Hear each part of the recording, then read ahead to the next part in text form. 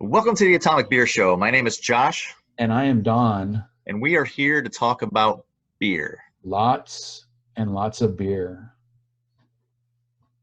All right, let's see how I can put that together.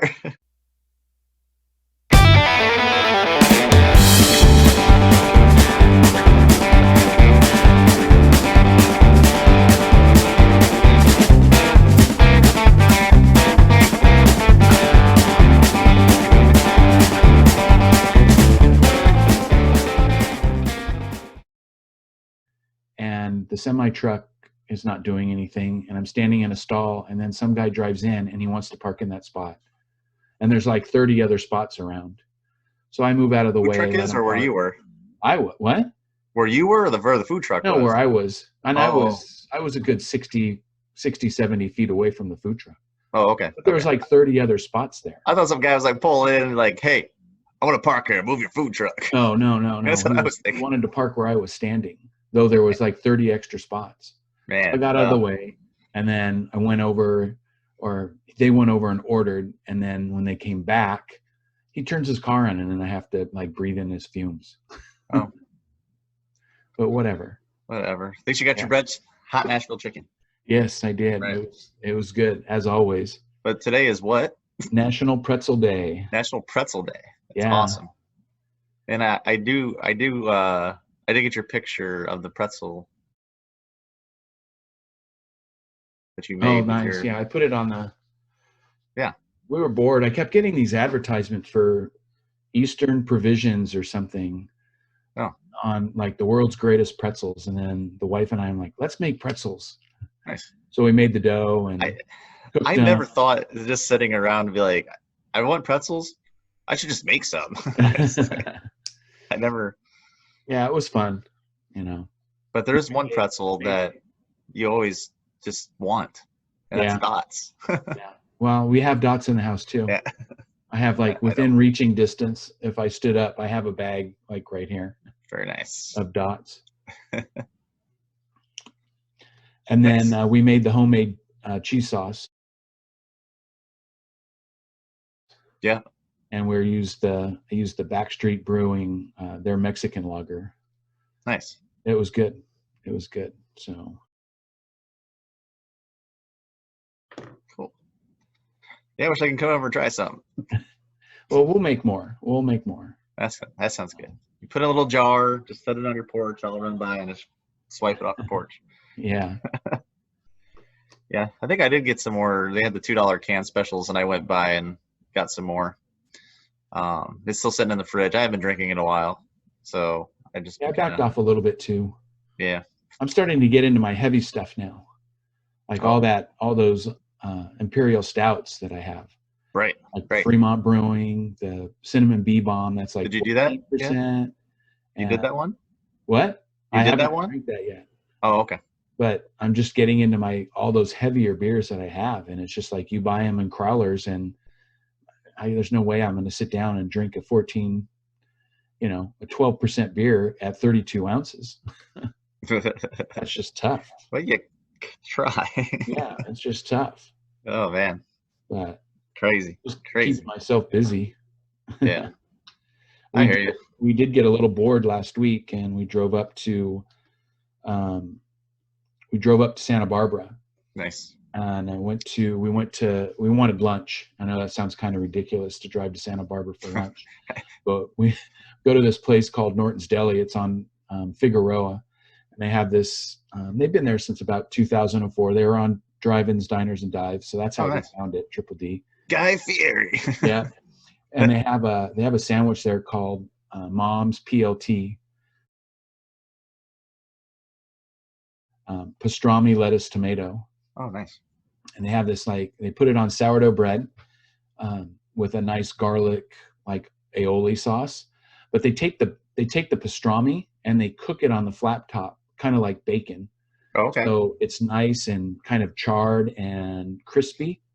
And then it's with lettuce and tomato. And oh my gosh, it's really good. Really good. That sounds great. Yeah. And then of course I'm up there and I'm like, well, I'm going to look for a brewery. And I mean, I've been to a couple. We've been to Llama Dog. We've been to Brass Bear. We've been been to Figueroa Mountain. So I wanted to do something different this time. So I found a couple that I wanted to go to. One was Blind Lizard on State Street, but for some reason they were closed. I don't know if they didn't open until later. Maybe it was like a 3 to 7 pickup, and I'm not going to wait 3 o'clock to pick up. But I went to Third Window. Okay. I sent you pictures. Yeah. Pretty cool little space. Kind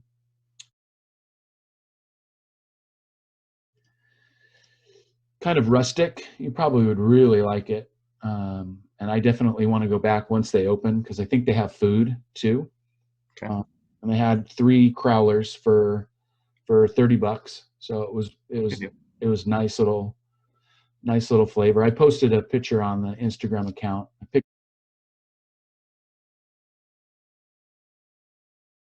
up the 3 I got. Darkish Dunkel.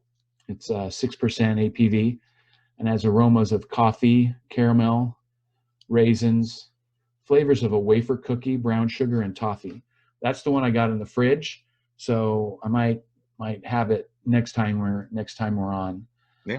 The other one I picked up, and this is the one I kind of want to try with you, is six Haze 7 Nights. It's a hazy IPA, 7.1 IPU, or the APV. Sorry, I was looking at IPA when I said that.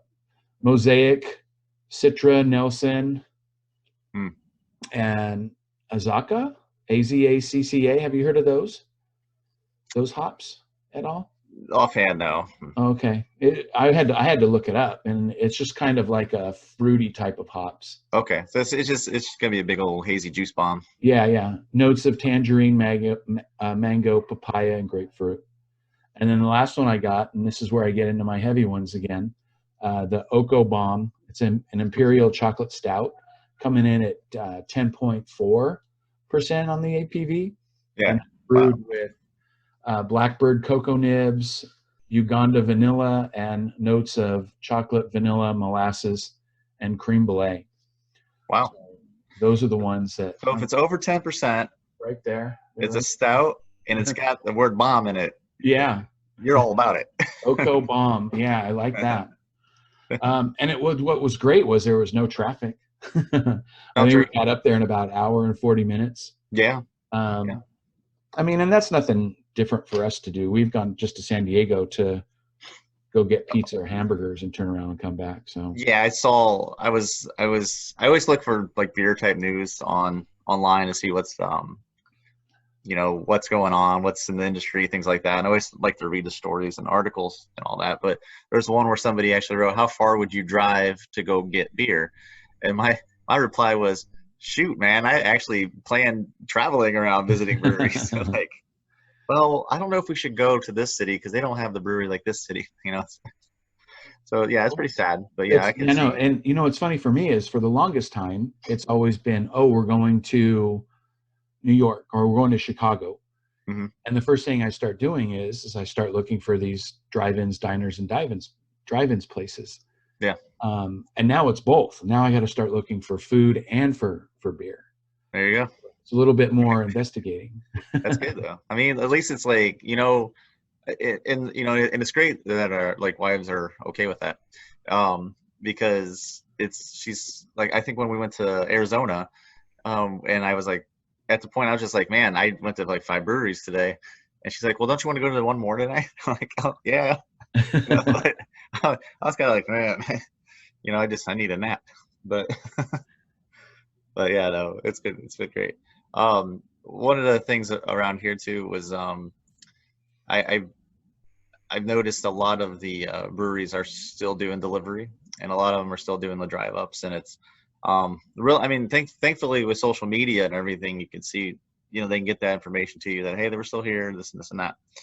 Like we order food every once in a while. Like, we cook at home a lot now, obviously, but every once in a while we just like, hey, I don't feel like cooking, me neither. Let's order a pizza or something. And then my first thing is like, well, did they deliver beer too? I think we got BJ's Pizza last week. And I was like, well, what beers do they have to go? So I got a 6-pack of the Hopstorm IPA in the fridge. Oh, nice. So Which I mean, BJ's beer is pretty good, and I was gonna. I don't know if a lot of people really care for BJ's anymore. I don't know, but I think BJ's is cool because if you're trying to get somebody into craft beer, you take them to BJ's. Yeah, you kind of trick them into it. Yeah, it's like let's go get a pizza. Hey, let's do a flight, and then go over. This is the kind of beers I really like, and I know you're a Bud Light person. Not that there's nothing wrong with that, but I'd be like, hey, this is the closest thing to that, and I'll try this and this. I did stuff like that with my dad, and that's Yeah. how he got to like. He's really bigger on the Hefeweizens, and I found out he really likes the Mexican lagers, and but yeah, some stuff I was actually surprised. I mean, he's not an IPA guy at all, and he doesn't like red ales. Like he I think the one time he said well, if it tastes like fat tires, you can F off. I guess he had a fat tire at one of my cousin's things, and Oh. it just did not like it. Like there's something's wrong with this. This is gross. What was he drinking at your wedding?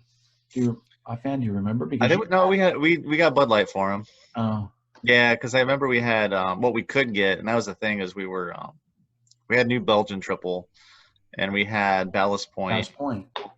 Yeah. and we did have. I think they gave us Bud Light because our dads both like Bud Light.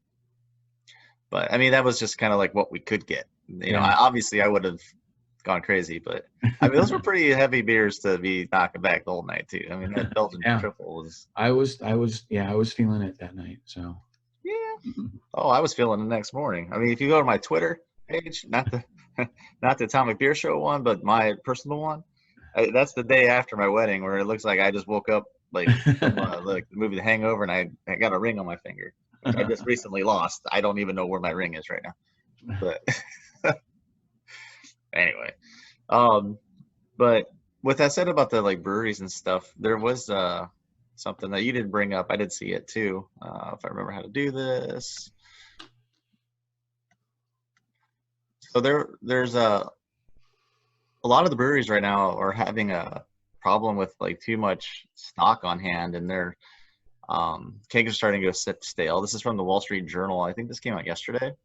I saw another report on Business Insider where not only beer, and this is really bad, but produce and milk and things like that are being tossed out because farmers and stuff have produced so much product for businesses that aren't taking that stuff anymore, like hotels and restaurants and things like that are closed.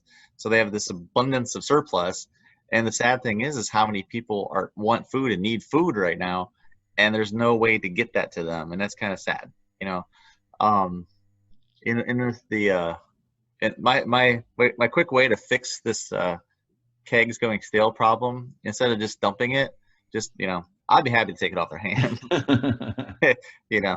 But yeah, I mean, it's a lot of things. A lot of things going on. That's it's progressively getting worse, but things are looking a little bit better. You should see the amount of oil tankers that are off the coast of Long Beach. Oh yeah. Oh my, there must be 20. Oh wow, that's just because there's no demand for gas right now. They just have all this they have all this oil and man, basically no place to put it. This is crazy. I think when I saw it the other day, oil was minus $36 a barrel.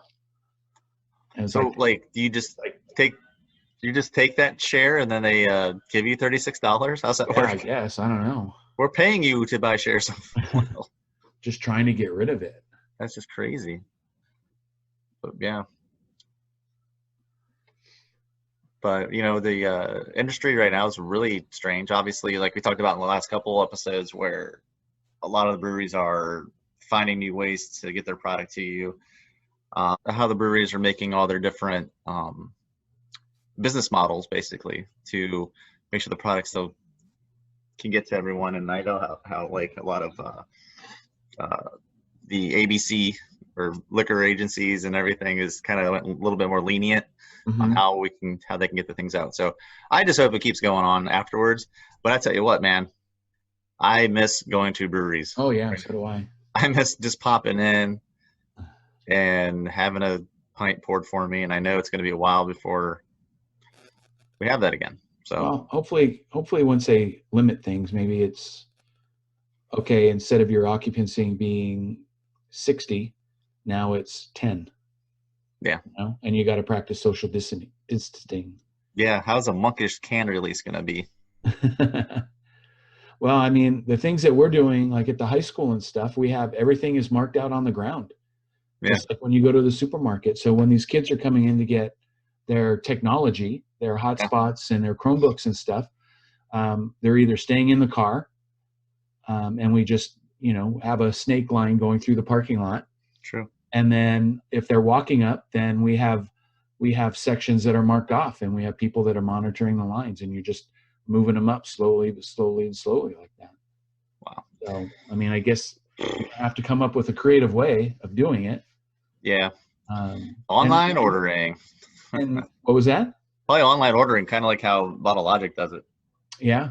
They do the reserves and all that stuff. So we'll see. I guess we'll see.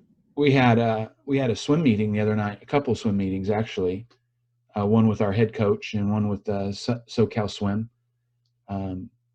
SoCal Swim is our local USA Swimming representative. So there's like USA Swimming, and then there's all these local chapters. And they basically told us when these restrictions come off, we're going to have to start getting creative on how we do our practices for a while.